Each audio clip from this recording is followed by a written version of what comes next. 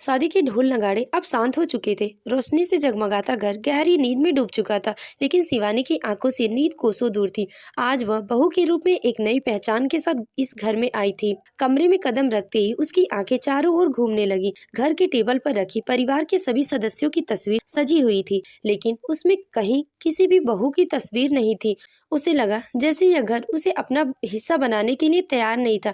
शिवानी कमरे में अकेली बैठी थी। रात के सन्नाटे को चीरते हुए दरवाजे हल्का सा खुला। रुद्र अंदर आया।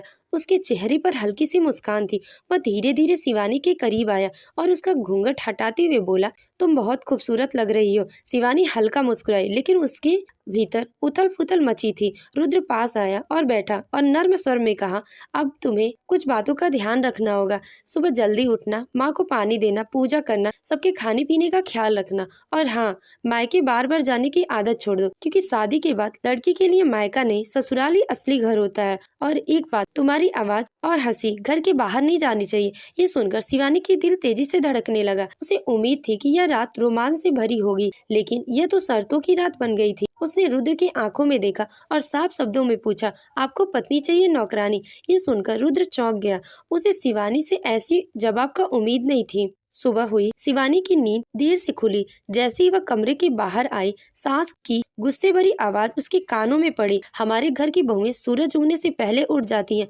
ये तो पहले ही दिन सुबह देर से सोकर उठी है। शिवानी बिना घबराए सास के पास गई, उसका पैर छुआ और मुस्कुराकर बोली, माँ जी, क्या घर के बेटों के लिए कोई नियम होते हैं? सास का चेहरा सख्त हो गया। रुद्र भी वहाँ चुपचाप खड़ा था। शिवानी ने अपनी बात जारी रखी, अगर घर की बहुएं सुबह जल्दी उठेंगी तो घर के बेटे भी तो उठ सकते हैं, है ना? सास की ओर से कोई जवाब नहीं आया, लेकिन यह पहला झटका था जो शिवानी ने घर की सोच को दिया था। दिन बीतने लगे। शिवानी हर काम करती, लेकिन अपने आत्मसम्मान के साथ। एक दिन घर में फंक्शन था। रिश्तेदारों का जमावड़ा लगा था। शिवानी से कहा गया कि वह सबके सामने घूंघट करके बैठे। उससे बिना किसी झिझक के घूंघट हटाया और साफ शब्दों में बोली, रिश्तेदारों से क्या मुंह छुपाना, वो तो अपने हैं ना, और अगर मैं इस घर का हिस्सा हूँ तो मुझे चेहरा छुपाने की क्या जरूरत? रिश्तेदार फुसफुसाने लगे।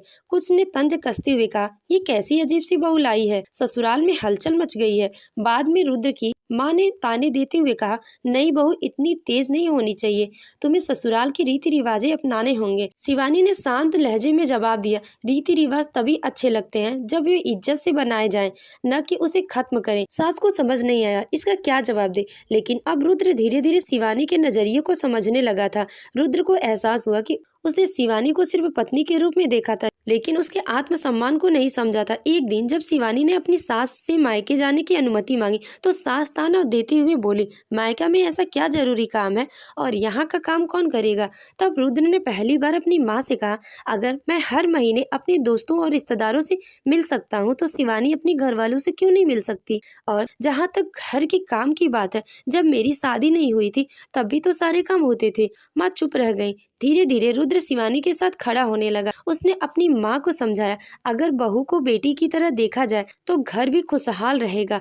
कुछ महीनों बाद रुद्र की बहन के ससुराल में एक फंक्शन था। परिवार के सभी लोग वहां गए। शिवानी ने रुद्र की बहन को देखा और बेफिक्र होकर हंस रही थी। सारे रिश्तेदारों के साथ घुल मिलकर रह रही थी। ना उसके सिर पर घूंघट था और ना ही किसी ने उसे घूंघट करने के लिए टोका या ताने मारे। शिवानी मुस्कुराई और रुद्र की माँ से बोली, माँ जी, अगर आपकी बेटी अपने ससुराल में इतनी खुश रह सकती है और बिना घूंघट के रह सकती है, तो क्या मैं भी बिना घूंघट के और खुलकर हंस नहीं सकती? इस बार रुद्र की माँ के पास कोई जवाब नहीं था। धीरे धीरे घर का माहौल बदलने लगा। शिवानी के आत्मसम्मान ने न सिर्फ उसे बल्कि पूरे घर की सोच बदल दिया था। शादी में केवल बहू को बदलने की जरूरत नहीं, बल्कि घर वालों को भी अपनी सोच बदलनी चाहिए। रिश्ता बराबरी का होना चाहिए, न कि समझौते का। तो दोस्तों, आपको ये कहानी कैसी लगी हमें कमेंट करके जरूर बताएं।